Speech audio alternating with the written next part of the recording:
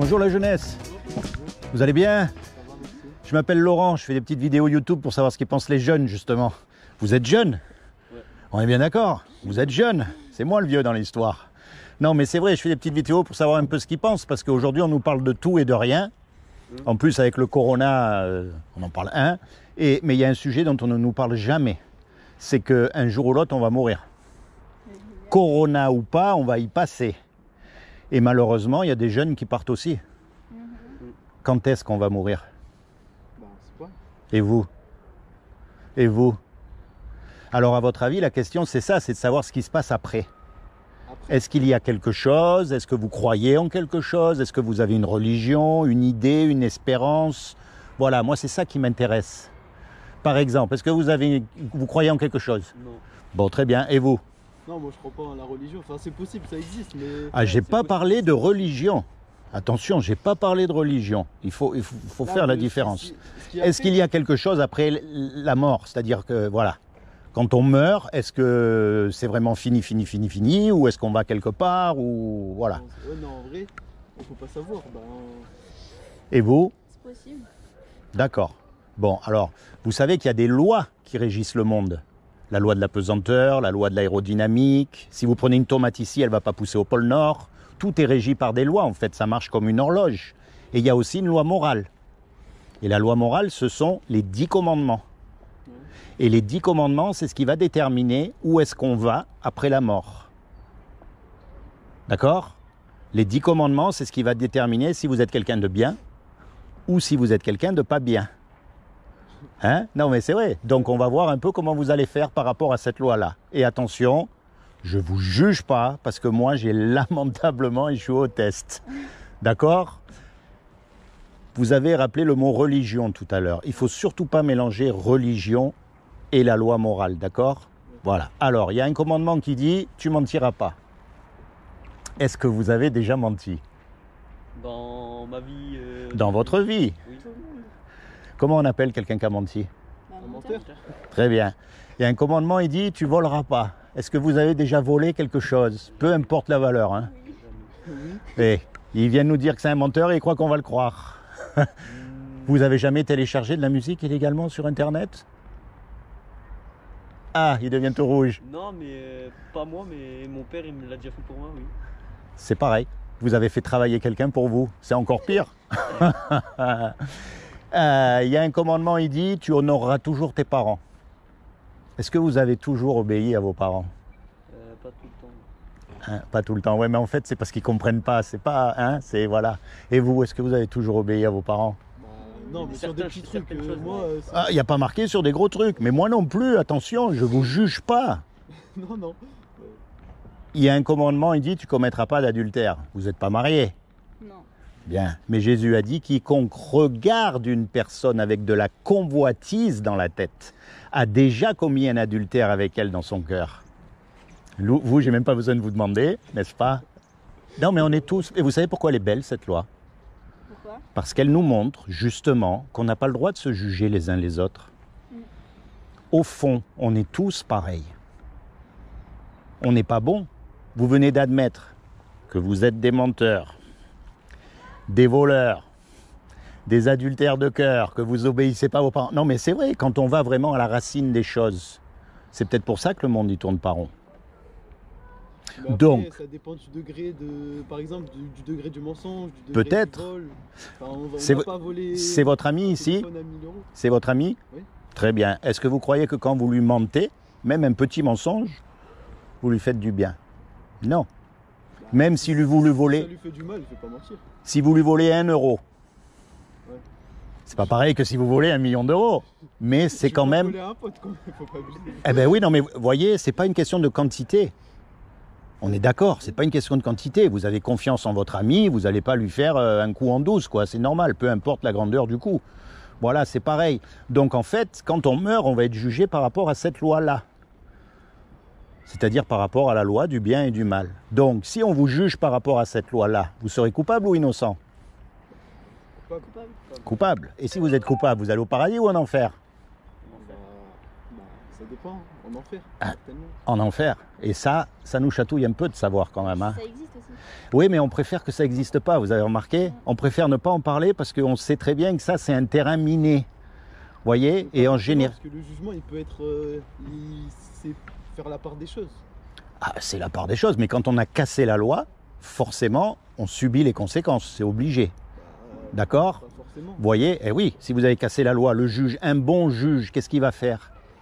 Vous faites une bêtise, vous passez devant le juge. Mais dans ce cas-là, il n'y aurait pas de paradis, puisque personne n'a... Très bonne observation. Personne, ni même le religieux des religieux, vous croyez que le pape, il a jamais menti? Vous croyez que l'imam des imams, il a jamais menti? Ou même que le rabbin... Il n'y a pas un homme. C'est pour ça qu'elle est belle, cette loi. C'est qu'elle nous met tous au même niveau. Et la religion, c'est quoi, si vous avez remarqué? C'est justement des hommes qui essayent de se faire passer pour des hommes qui sont mieux que vous et moi. Mais en fait, on est tous pareils. Donc quand on meurt, on va être jugé par rapport à cette loi-là. Et comme vous avez dit, on est tous mal. On est vraiment mal. Maintenant, je vais vous dire une chose. Ça, c'est la mauvaise nouvelle. C'est ce qu'on mérite tous. Il n'y en a pas un qui pourra dire « Moi, j'ai été parfait. Moi, j'ai jamais menti. Jamais volé. » Pas un. Ça, c'est ce qu'on mérite. Maintenant, il y a une bonne nouvelle dans l'histoire. C'est que c'est Dieu qui nous a fait. Vous croyez en Dieu quand même. Vous avez des doutes. Je sais pas, mais... Vous croyez en Dieu? Je sais pas. Et vous? Vous êtes des pareil. D'accord. Alors, je vais vous dire. Enfin, en fait, c'est pas que j'y crois ou non, c'est que je me pense pas sur le sujet. Enfin, Ah ben oui, je sais. savoir. Non, mais c'est pour ça. Mais quand est-ce que vous allez mourir? On vous parle jamais de ce sujet. Pourtant, on y va tous. C'est peut-être important, voyez. Alors, la clé, comme vous avez dit tout à l'heure, c'est de surtout pas mélanger Dieu et la religion.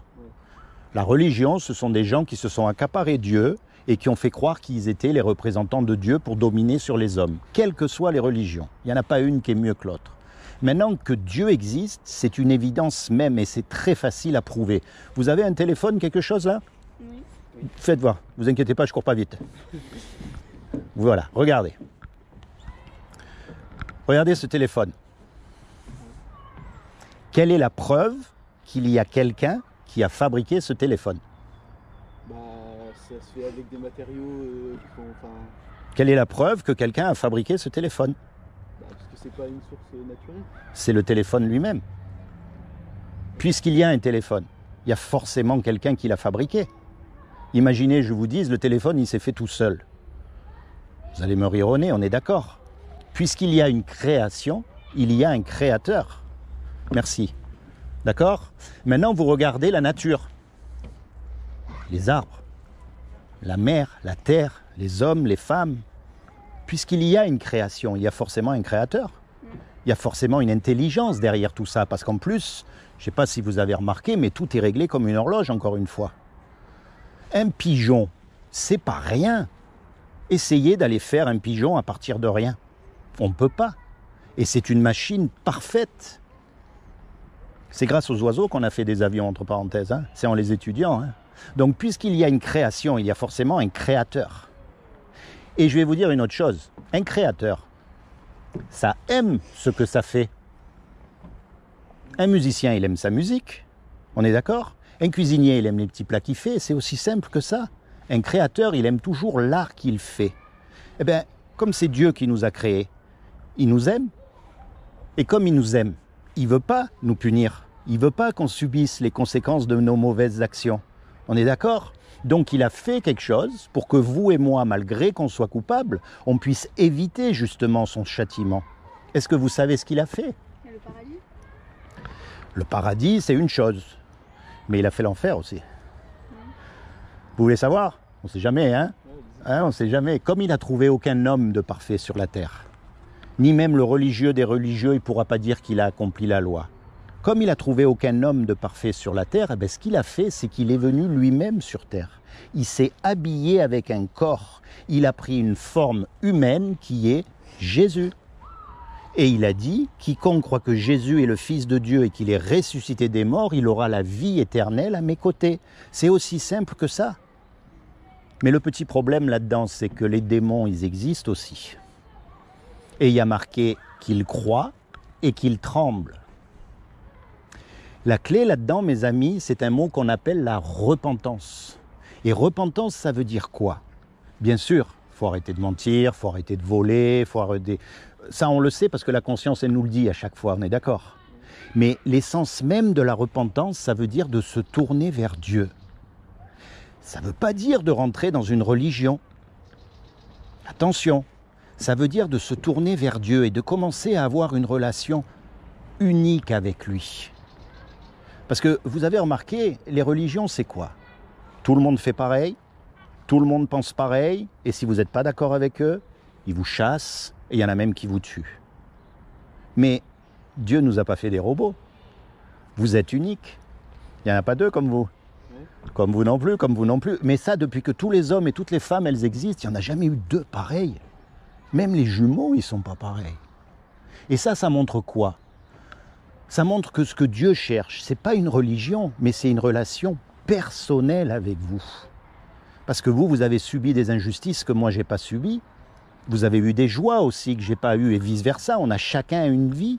Eh bien, Dieu veut s'inviter dans votre cœur pour vous protéger, pour vous guider et plus que tout, pour vous sauver du jour du jugement dernier. Et tout ce que vous avez à faire, c'est à vous tourner vers lui et à commencer à entretenir une relation personnelle. Pas comme les hypocrites qui vont dans les églises, dans les mosquées, où vous voulez, à faire Alléluia le dimanche, et puis après le mardi, ils ont oublié qu'ils sont allés à l'église. Hein? Non, mais voilà, c'est pas ça. C'est honnêtement, quand vous êtes tout seul, vous commencez à avoir une relation intime. Même si vous n'y croyez pas, vous lui dites, moi j'y crois pas. C'est pas un problème. En fait, quand Jésus est mort à la croix, il est mort à votre place et à ma place. Lui qui était Dieu sur terre et qui n'a commis aucun péché, il s'est sacrifié pour que nous, on soit libres. C'est comme si on fait une grosse bêtise tous les quatre. Une très grosse bêtise. On passe devant le juge et le juge nous dit, voilà, vous me donnez 1 million d'euros chacun ou vous partez 50 ans en prison. Moi, j'ai pas le 1 million d'euros. Vous l'avez, vous? Vous non plus. Hein? Et vous non plus. Hein? On ne peut rien y faire, on est condamné. Parce qu'on a déjà menti, on a déjà volé, on a déjà fait toutes ces choses et on ne peut pas revenir sur le passé. C'est fait. Et puis il y a un homme qui arrive, qu'on ne connaît même pas, et qui met l'argent sur la table pour qu'on soit libre. Comment vous allez être par rapport à cet homme? On le respecte, c'est que ça fait pour nous. Vous allez être reconnaissant. Eh bien, c'est ce que Jésus a fait pour nous. C'est-à-dire que le juge, lui, il est satisfait. L'amende, elle a été payée. Et nous, malgré qu'on soit coupable, on est libérés. Et à partir de là, c'est pour ça qu'on l'appelle sauveur, parce qu'en fait, il nous sauve du jour du jugement dernier, mais on l'appelle aussi Seigneur, parce que ce type-là qui vous a tiré d'affaire, quand il va vous demander un service, vous allez le faire. C'est logique. Alors, par exemple, juste un exemple, la prochaine fois que vous êtes confronté au mensonge, et que vous vous dites, bon là, si je m'en sors bien, personne ne va le savoir, eh bien la prochaine fois, vous allez dire, non, là, je ne peux plus mentir. Parce que je sais que Jésus, il est mort à ma place. Lui qui était innocent, lui qui n'a rien fait, il est mort à cause de tous mes mensonges, de tous mes trucs, de toutes les mauvaises choses que j'ai fait. Et aujourd'hui, il m'offre la vie éternelle. Donc, par respect, je vais le suivre et je ne vais plus mentir. Vous voyez, c'est ça la marche chrétienne. C'est pas d'aller dans une église, c'est pas d'allumer des cierges, c'est pas de se mettre une soutane et de se couper du monde. Non, c'est de vivre normalement, mais avec Dieu dans son cœur. Vous voyez ce que je dis? Donc moi, je vous encourage encore une fois, non pas à prendre pour argent comptant ce que je viens de vous dire, mais quand vous êtes tout seul, pas comme les hypocrites, vous commencez à parler à Dieu, vous commencez à lui poser vos questions, celles qui vous savez, vos trucs intimes, et vous commencez à avoir une relation avec lui. Vous acceptez ce que Jésus a fait pour vous, vous le prenez comme votre avocat, vous le dites, vous n'ayez pas peur. Jésus, j'accepte que tu es mort pour moi à la croix. J'y comprends pas grand-chose, je ne sais pas ce que c'est, mais j'accepte. Voilà. Et à partir de là, vous commencez à avancer dans la vie. Et vous n'êtes pas obligé de devenir un moine, hein, ni une sœur. Hein. Non, mais voilà. D'accord? C'est comment votre prénom? Clément. Clément. Et vous? Mathis. Mathis. Et vous? Blandine. Blandine. Vous savez qui c'est Blandine? C'est une jeune fille qui avait 17 ans à l'époque des Romains et elle s'est fait arrêter parce qu'elle était chrétienne. Les Romains l'ont mis dans l'arène avec des lions, des taureaux, enfin tout ce que vous imaginez à l'époque, hein, ce qui se passait dans les arènes. Et ils ne sont pas arrivés à la tuer. Ah oui. Pourquoi? Elle s'est fait encorner par le taureau, elle s'est fait jeter en l'air, elle rayonnait, elle est morte après bien sûr, mais ils avaient à un tel point que le maire de l'époque, c'était à Lyon, le maire, c'est-à-dire une autorité officielle, d'accord, est descendu dans l'arène et qu'il a dit, moi, le Dieu de ces gens-là, c'est le vrai Dieu, je le veux. Et il est mort avec eux. Imaginez cette jeune fille de 17 ans, frêle, fragile, on est bien d'accord, face à un taureau monstrueux. Et elle n'a pas reculé. Elle a dit non. Elle n'avait qu'un mot à dire. J'y crois pas. Pour vous dire qu'il y a vraiment quelque chose qui se passe. Moi, je vous ai donné le message. Après, c'est à vous de continuer la route ou pas. Hein. Mais pensez à ce que je vous ai dit, parce qu'on ne sait pas quand on part. Seigneur Jésus, je te demande vraiment de bénir mes 3 amis ici, de leur accorder avant tout le désir de leur cœur, d'accord? De te révéler à eux aussi comme leur sauveur et leur Seigneur, de les détourner du péché et plus que tout, de leur permettre de rentrer dans leur destinée éternelle. Soyez bénis tous les 3. Tiens, en souvenir, je vais vous laisser ça, comme ça vous vous souviendrez un peu de ce que je vous ai dit. D'accord? Et puis... bonne continuation. Soyez bénis tous les 3.